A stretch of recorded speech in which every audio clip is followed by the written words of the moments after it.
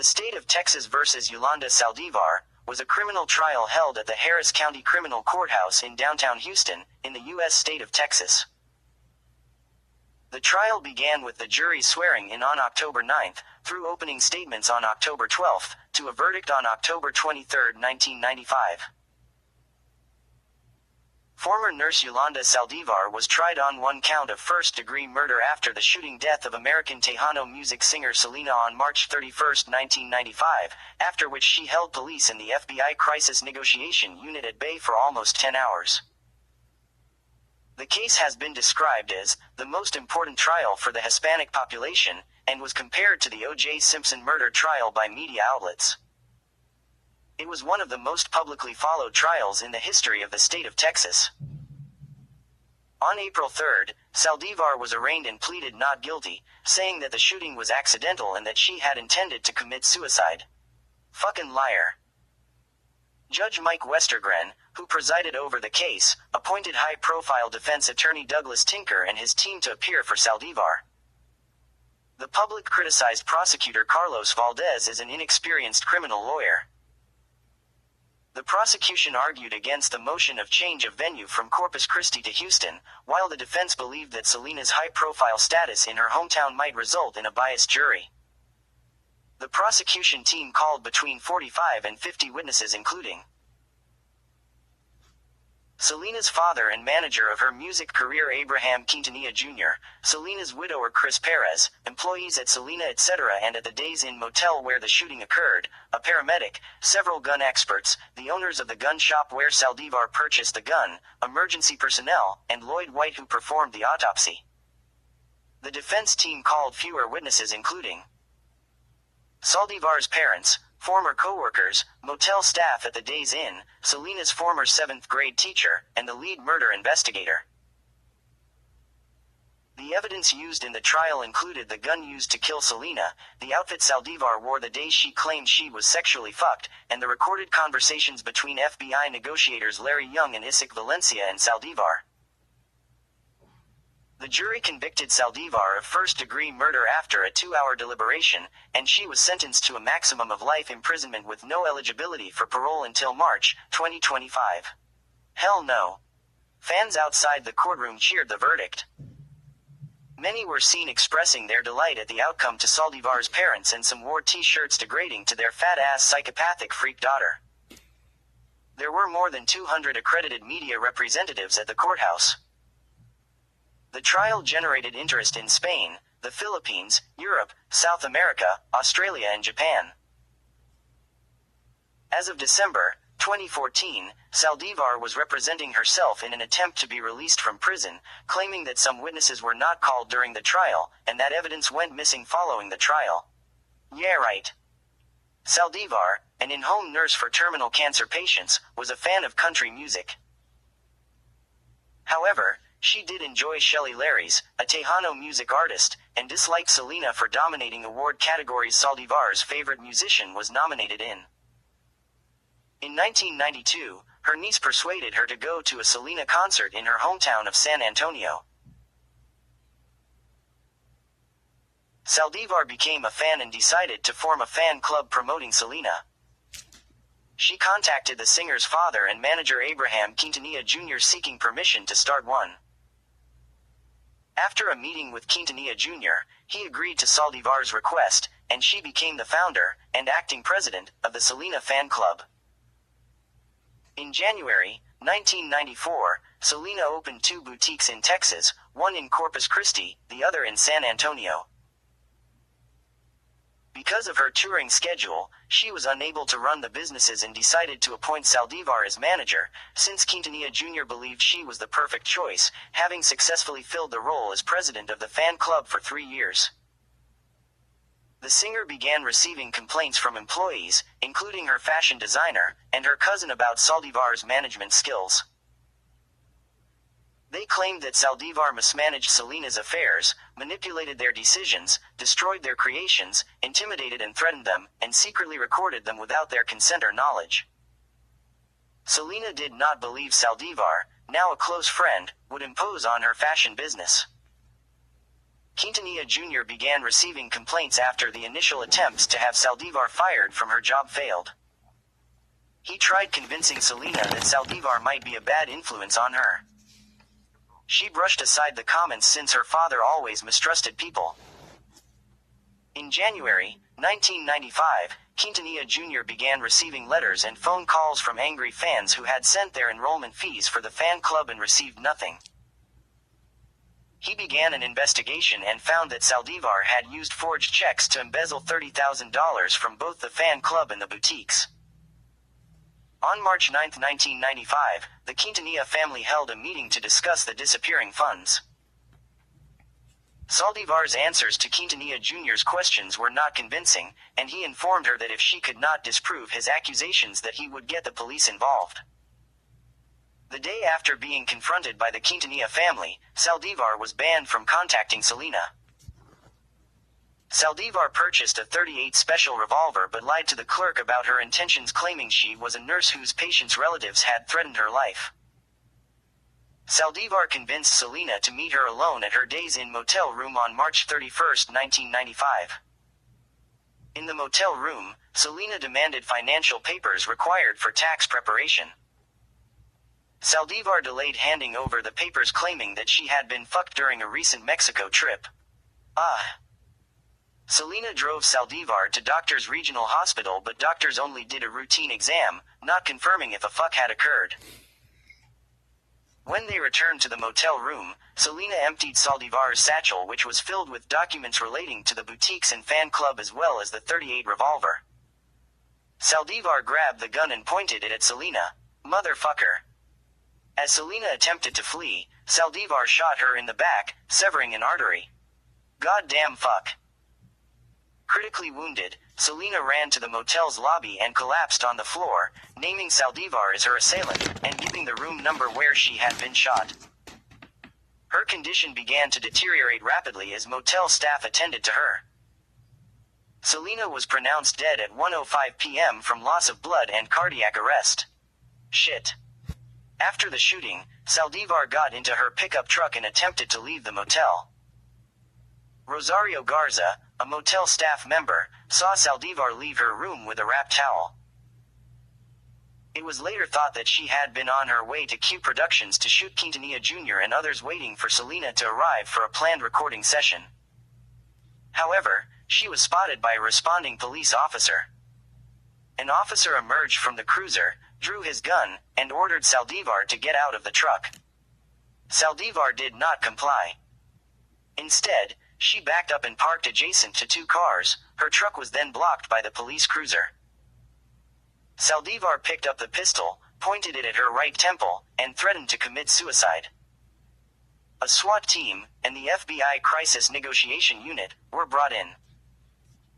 Musicologist Himmels Novas commented that the event was reminiscent of O.J. Simpson's threatened suicide 10 months earlier. Fuck O.J. Simpson. Larry Young and Isaac Valencia began negotiating with Saldívar. They ran a phone line to their base of operations, adjacent to Saldívar's pickup truck, as the standoff continued. Motel guests were ordered to remain in their rooms until police could escort them out.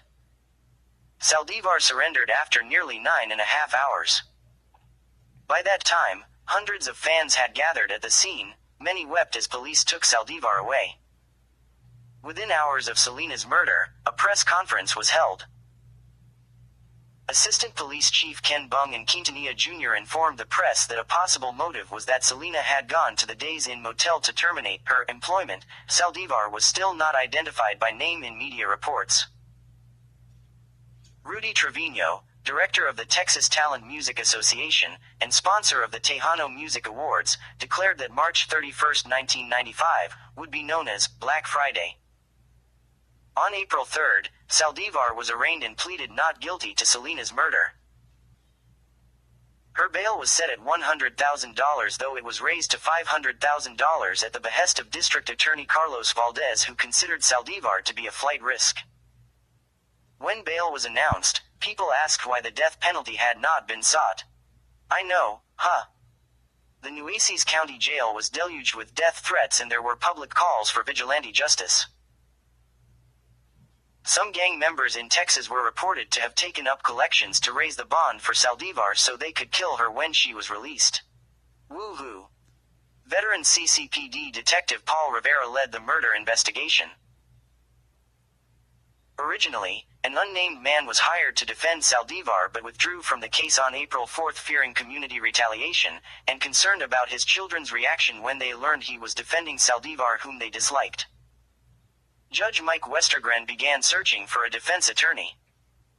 Prosecutor Carlos Valdez was designated lead prosecutor, while Mark Skirka was appointed his legal counsel. On April 6, a grand jury was called to determine whether to indict Saldívar for murder.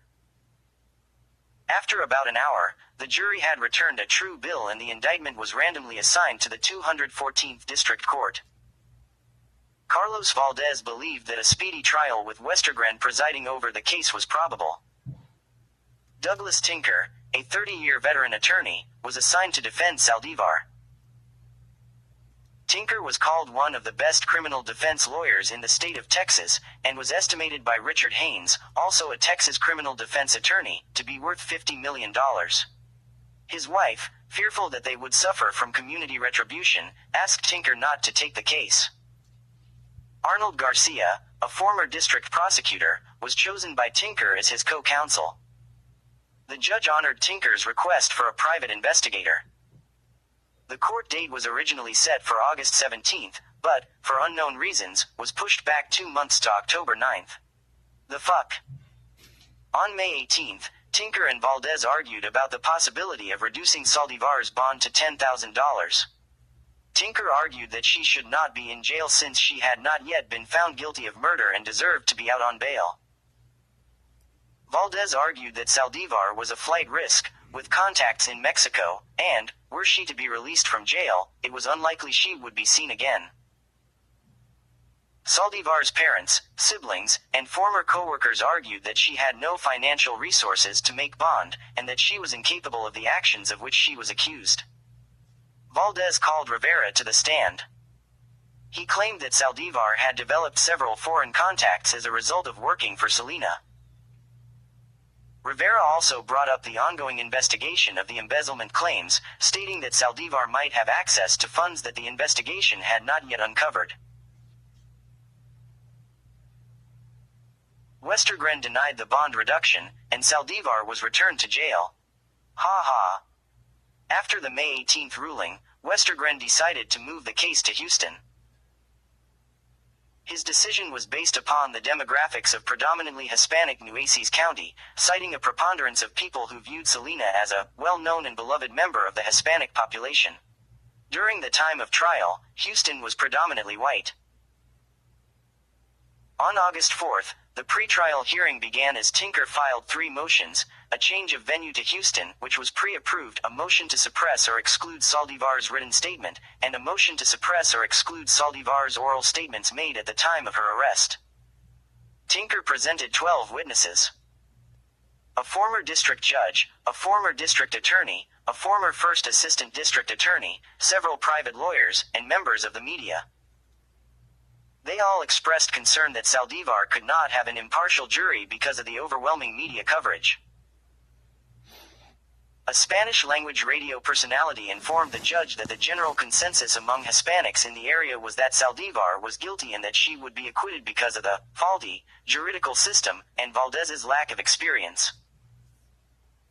The judge recessed the hearing and Valdez scrambled to find witnesses who believed that an unbiased jury could be selected were the trial to be held in Corpus Christi.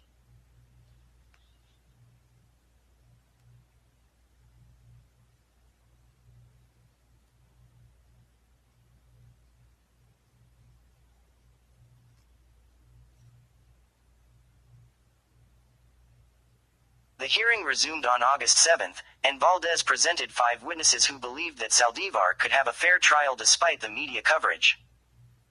The following day, Westergren granted the motion to change the venue to Houston. The selection of jury members was completed on October 9. The jury included 7 white Americans, 4 Hispanics, and 1 African American. Westergren ordered that the trial would neither be televised nor taped and limited the number of reporters in the courtroom to avoid a repeat of the Simpson circus. The trial began on October 11th. In his opening statement, Valdez claimed that Saldívar deliberately killed Selena, calling the act senseless and cowardly because Selena had been shot in the back. Valdez called the incident a simple case of murder. Tinker opened his statement as though he was describing a mystery movie, calling Quintanilla Jr. a controlling and dominating father, ambitious for power and money. His removal of Selena from school to sing in nightclubs and bars served the sole purpose of making money. He infringed on his family's privacy by demanding that they live in a compound so that he could watch their every move. Tinker asserted that Selena wanted to be independent and break from her father's control by operating her own business. According to Tinker, after Saldívar fired the gun, she ran after her friend to help her by getting her into her pickup truck. He claimed that Quintanilla Jr. called Saldívar a lesbian obsessed with Selena. Tinker ended his opening statement saying that Quintanilla Jr. drove Saldívar to near madness by threatening to destroy her friendship with Selena. LOL. The prosecutor's first witness was Quintanilla Jr. Valdez asked if he had had sexual relations with, or fucked, Saldívar. He also asked him if he ever called Saldívar a lesbian. Quintanilla Jr. said, "Fuck no." Valdez then started asking him about the alleged theft. Quintanilla Jr. told the court that Saldívar was a thief. Valdez then called Chris Perez, Selena's widower, who testified that he and Selena had stopped trusting Saldívar long before the crime was committed. Kyle Voss and Mike McDonald from A Place to Shoot, the store where Saldívar had purchased the gun, testified that they had instructed her on the proper use of the gun. They also said that she had returned the gun 2 days after originally purchasing it, claiming that her father had given her a pistol. She returned 11 days later to repurchase the gun. On October 12th, Valdez called Trinidad Espinoza to the stand. He testified that he saw Saldívar pointing a gun while running after Selena. Saldívar then stopped, lowered the gun, and walked back into her motel room displaying no emotion. After hearing this testimony, Marcela Quintanilla, Selena's mother, experienced chest and arm pains and was hospitalized to treat a sudden rise in her blood pressure. Motel maid Norma Marie Martinez also described the same events as Espinoza, but added that Saldívar had called Selena a bitch. Tinker asked Martinez to indicate where she had been on a diagram of the scene of the crime. He believed that Martinez could not have seen or heard anything because she was a considerable distance from the vicinity of the shooting. Emergency room personnel, who attended to Saldívar when Selena drove her to the hospital to be checked for fuck, claimed that Saldívar had lied to Selena about the fuck as there were inconsistencies between the story she told them and the one she told Selena. Tinker asked the nurse to describe Saldívar's mood at that time. She replied that Saldívar showed symptoms of depression.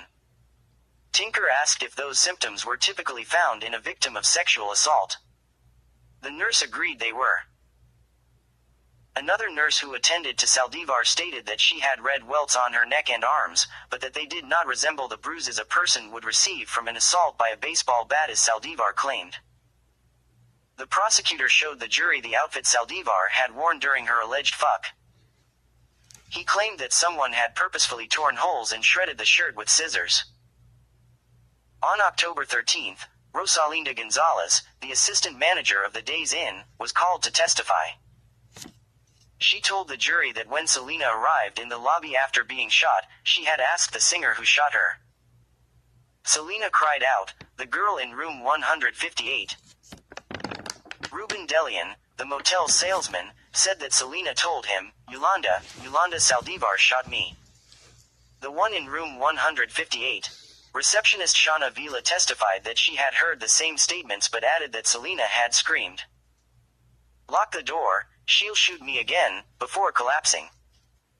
Vila told the jury that there was so much blood that she felt nauseous before calling 911. The last person to be called to testify was paramedic Richard Fredrickson, who described, in detail, Selena's condition and a mysterious ring she clutched in her hands. The Quintanilla family were seen sobbing as Fredrickson detailed his attempts to save Selena's life, while Saldívar stared blankly. "Fucking pussy." The trial resumed on Monday, October 16 with the playing of the recorded negotiations between the FBI Crisis Negotiation Unit and Saldívar. The tape began with Saldívar stating how badly she wanted to die. During the conversation, the jury heard Larry Young try to persuade her to lower her gun. Saldívar said that she could not do so. Young told her that by committing suicide she would only harm her parents. Saldívar then asked to contact her mother to say goodbye and ask for forgiveness. She continued repeating, "I just wanna die," as Young began talking about religion to determine if she believed in a faith that might cause her to reconsider suicide. Young told Saldívar that if she would give herself up, he would place a jacket over her so that the media would not have a picture of her ugly face during her surrender.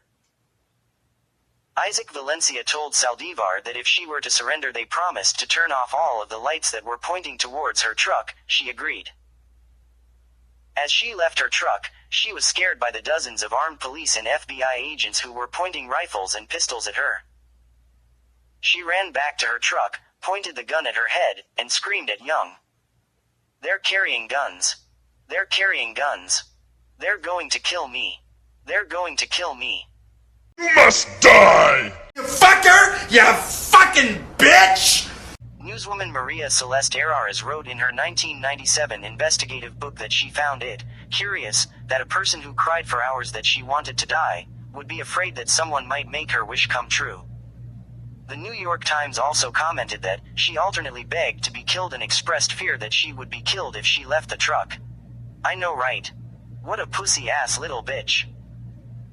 As the taped conversation continued, the jury heard Saldívar's reaction to the news of Selena's death after her phone picked up a local radio station signal. In an angry voice, Saldívar asked Young why he had kept the singer's condition from her, since she wanted to visit Selena at the hospital, believing she was still alive.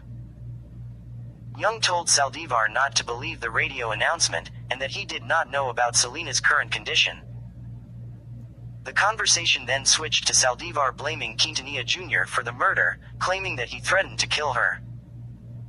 She explained to Young that she bought the gun for protection after finding her car tires deliberately slashed.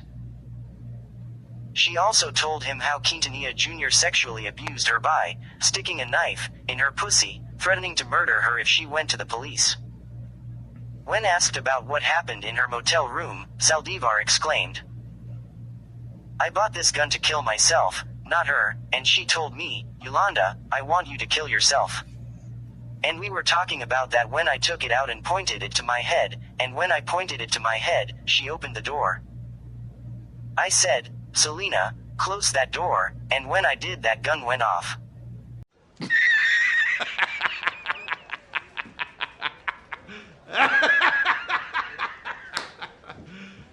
You serious? Prosecution then told the jury that comments by some officers had planted the idea in Saldívar's head that the shooting was accidental. The defense countered stating that although she did not use the word accident, she did not mean to harm Selena. John Houston, a police officer who was present during the standoff, was asked during the 9.5 hours that Saldívar held the gun to her head how many times it went off. He said, "None." The trial resumed on October 18th. Robert Garza, a Texas Ranger, told the jury that during the preliminary hearings in Corpus Christi, he witnessed Saldívar making gestures indicating that the shooting had been accidental, though she had not indicated this in her confession. The defense called Rivera to the stand and explained to the jury that Rivera had a conflict of interest after finding out that he had a poster of Selena hanging on his wall and was treated to a Selena t-shirt by Quintanilla Jr. Tinker explained to the jury that the confession was signed by an exhausted, sleep-deprived Saldívar after 11 hours of questioning and being denied water, food, and use of a bathroom. Tinker asked Rivera why he destroyed his notes, and why he had not recorded his interrogation of Saldívar, had not provided her with a lawyer as the law requires, and had not allowed her to see her relatives after signing her confession. A few days later, the Mexican Mafia sent Tinker a signed postcard declaring their intention to harm him and his family for defending Saldívar. On October 19th, the defense called the two surgeons who tried to revive Selena at the hospital. The defense questioned why Quintanilla Jr. would request that a blood transfusion not to be performed on Selena due to his religious beliefs, when by law, Perez would have the final say whether or not the procedure would be performed. The autopsy pictures of Selena were displayed for everyone to see. The white American jury member was affected by the pictures, and was seen, bursting into tears, as Lloyd White described his findings in detail. According to Araras, Saldívar was seen as impassive. She had lowered her head when the autopsy pictures were shown. "Look at it, you fat punk pussy ass bitch piece of shit lying psychopath shit-face douchebag whore ugly fucktard asshole fuckhead cocksucker freak puta pinche pen de hus 2p ducka bro nah fart ass fuck you."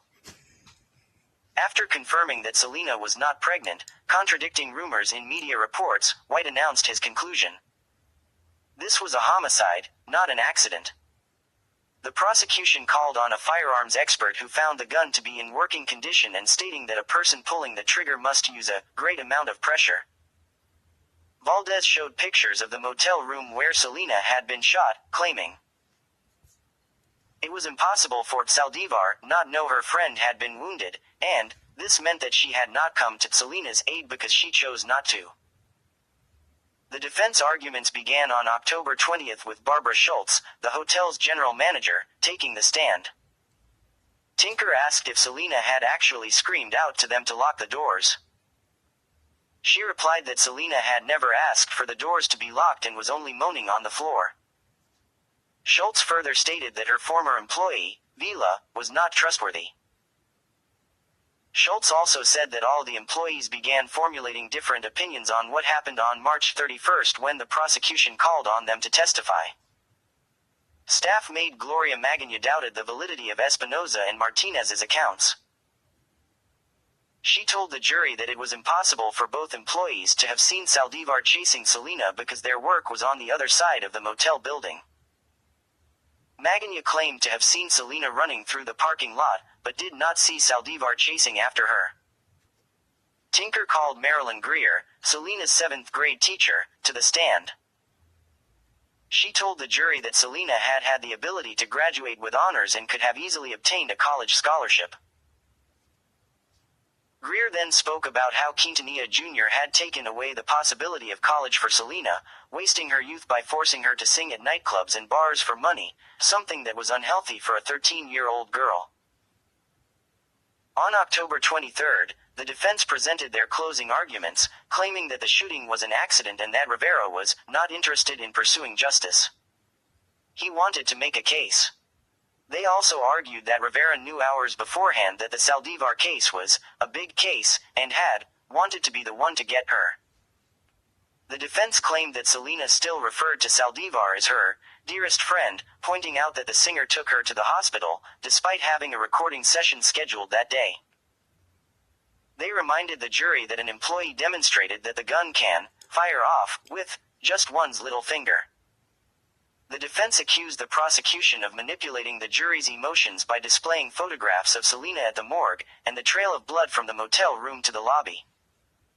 They concluded by telling the jury to not side with a rabid father. In the prosecution's closing statement, Skirka told the jury that Selena had been reduced to a mere picture thanks to the March 31st actions of the defendant. Skirka asked the jury why Saldívar, a nurse, did not administer first aid and why she had not called 911 after accidentally shooting the singer in the back. Skirka then provided details of the 3 different stories Saldívar used to explain the purchase of the gun, as well as the different stories about her alleged fuck. The prosecutor pointed out that if Saldívar had wanted to commit suicide, she had ample time to do so. Valdez took out a calendar for the month of March, 1995 and chronologically pointed out the events preceding the killing of Selena. According to Valdez, Saldívar hated Quintanilla Jr. and believed that she got revenge by killing his daughter, someone he loved the most. Saldívar's crime was punishable by either 30 years to life imprisonment or imprisonment for 99 years and a $10,000 fine. Saldívar was kept at the Nueces County Jail under a suicide watch before her trial. After closing arguments, the jury deliberated for 2 hours and 23 minutes. As people were waiting for the verdict, Prosecutors and the defense team signed autographs for the media, as did Saldívar. Saldívar's family also signed autographs, while Quintanilla Jr. remained in his seat awaiting the verdict.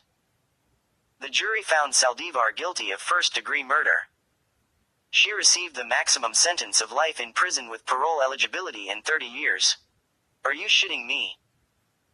Before the verdict was read, some in the crowd and Quintanilla Jr. were skeptical of the outcome of the trial after O.J. Simpson's acquittal a week earlier. Saldívar told her defense team that she wanted to kill herself after the verdict was read. Do it, you bitch! Do it! The Hispanic population cheered as Westergren delivered the verdict in Saldívar's sentence. Celebrations and festivals were planned throughout the states of Texas and California and in some areas in Mexico. Fans outside the courtroom began playing Selena's music and cheered for hours. Some fans were seen cheering in Saldívar's face as police officers drove her off to prison. Other fans prayed and cried out that justice had been served. Traffic in Texas was reportedly at a standstill as people took to the streets and highways in cheering the verdict. Saldívar's parents were greeted by fans wearing T-shirts degrading her and screams from fans who told them, "Now let's kill the murderer," and "Hang the biatch." The verdict was front-page news in dozens of newspapers across the United States. Errors referred to this case as the O.J. Simpson trial for Hispanics. It was the most-watched trial in years in the state of Texas. The Brownsville Herald called the case the biggest courthouse media event to hit Houston. According to Texas Monthly, there were more than 200 media personnel stationed at the courthouse. Univision and Telemundo aired approximately 90 minutes worth of coverage daily. Errors was called the trial's undisputed media star, for her coverage of the trial, and her Primer Impacto program had the most knowledgeable courtroom analyst in former state district judge Jorge Rangel, who provided his expertise on the law. During the playing of the recorded conversation between Saldívar and Young in the courtroom, Saldívar called out, "Where's Larry? Up your ass, shit ass fuck," a mantra that was put on T-shirts sold to the crowds. The Chicago Tribune noted the difference in interest in the Selena murder trial between Hispanics and white Americans. Donna Dickerson, a white supremacist magazine publisher, told the Chicago Tribune that she had no interest in the trial because of Selena's Hispanic background, and noted that Mexican Americans did not show the same interest as whites when Elvis Presley was found dead. "Fuck you, Nazi redneck whore." The Selena murder trial was called the trial of the century, and the most important trial to the Hispanic population. The trial generated interest in Spain, the Philippines, Europe, South America, Australia and Japan. Tinker announced an appeal before signing autographs for the cheering crowds.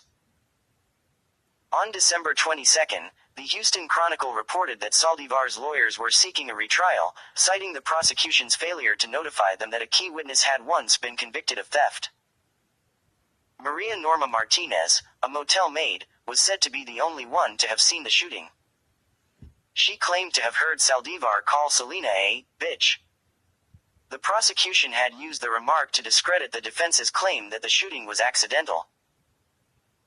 Westergren denied the request and called the prosecutor's action somewhat problematic, but decided an appeals court should decide on a retrial.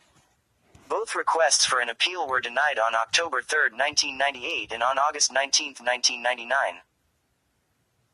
On November 22, 1995, Saldívar arrived at the Gatesville Unit, now the Christina Crane Unit, in Gatesville, Texas, for processing. Saldívar is currently serving her sentence at the Mountain View Unit in Gatesville, operated by the Texas Department of Criminal Justice. She will be eligible for parole on March 30, 2025. Because of multiple death threats from incarcerated Selena fans, Saldívar was placed in isolation and spends 23 hours a day alone in her 9 by 6 feet cell, away from other inmates who may want to do her harm. Saldívar has asked the Texas Court of Criminal Appeals to accept a petition that challenges her conviction. She claims the petition was filed in 2000 with the 214th District Court, but was never sent to the higher court. Her request was received on March 31, 2008, the 13th anniversary of Selena's death. Tinker and Garcia told a Texas Monthly magazine editor that losing the trial lessened their chances of getting shot by a fan. Hispanics in Texas had an increased level of trust in the state's judicial system after the verdict was read. The League of United Latin American Citizens began a campaign that encouraged Hispanics to respond to jury duty requests. Okay, just calm down, no need to get excited. E. Dramatized the trial as part of an episode of E! True Hollywood Story in December, 1996. People magazine called it too cheap looking to have any dramatic impact, but found the actor playing Tinker interesting. By virtue of a judge's order, the gun used to murder Selena was destroyed in 2002, and the pieces thrown into Corpus Christi Bay. However, fans and historians did not approve of the decision, claiming that the event was historical and that the gun should have been placed in a museum. In 1997, Errars published her book Selena's Secret, which included interviews with Saldívar recounting the singer's real life and her side of the events of March 31st. The book met with negative reviews from fans as well as Quintanilla Jr., who claimed Errars sympathized with the convicted murderer. Valdez also published a book on the trial, Justice for Selena. The State vs. Yolanda Saldívar, in 2004. In December 2014, the San Antonio Express News reported that Saldívar was mounting a new legal effort to get an early release from prison, following numerous appeals in her case. The news of Saldívar's potential early release by a fucking asshole fake news agency which reported that Saldívar could be released as early as January 1, 2015 sparked a social media frenzy among fans. Valdez told the San Antonio Express News that Saldívar is currently representing herself and that a court date has not yet been set. Saldívar claims that witnesses were not called on and files have gone missing since the end of the trial. Quintanilla Jr. said that he doesn't care if Saldívar gets an early release, since nothing is going to bring his daughter back. He does say that Saldívar would be safer in prison rather than being freed.